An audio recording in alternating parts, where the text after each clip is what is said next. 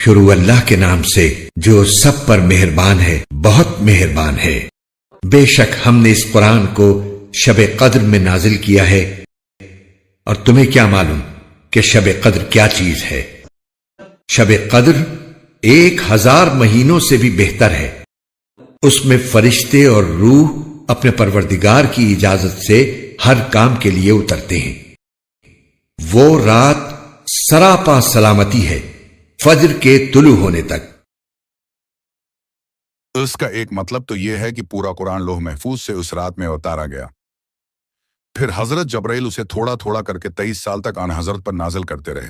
اور دوسرا مطلب یہ ہے کہ آن حضرت پر قرآن کریم کا نزول سب سے ہوا پہلے شب قدر میں شروع ہوا۔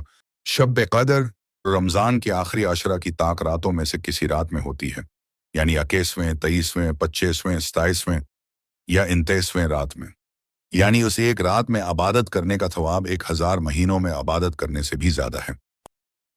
اس رات میں فرشتوں کے اترنے کے 2 مقصد ہوتے ہیں۔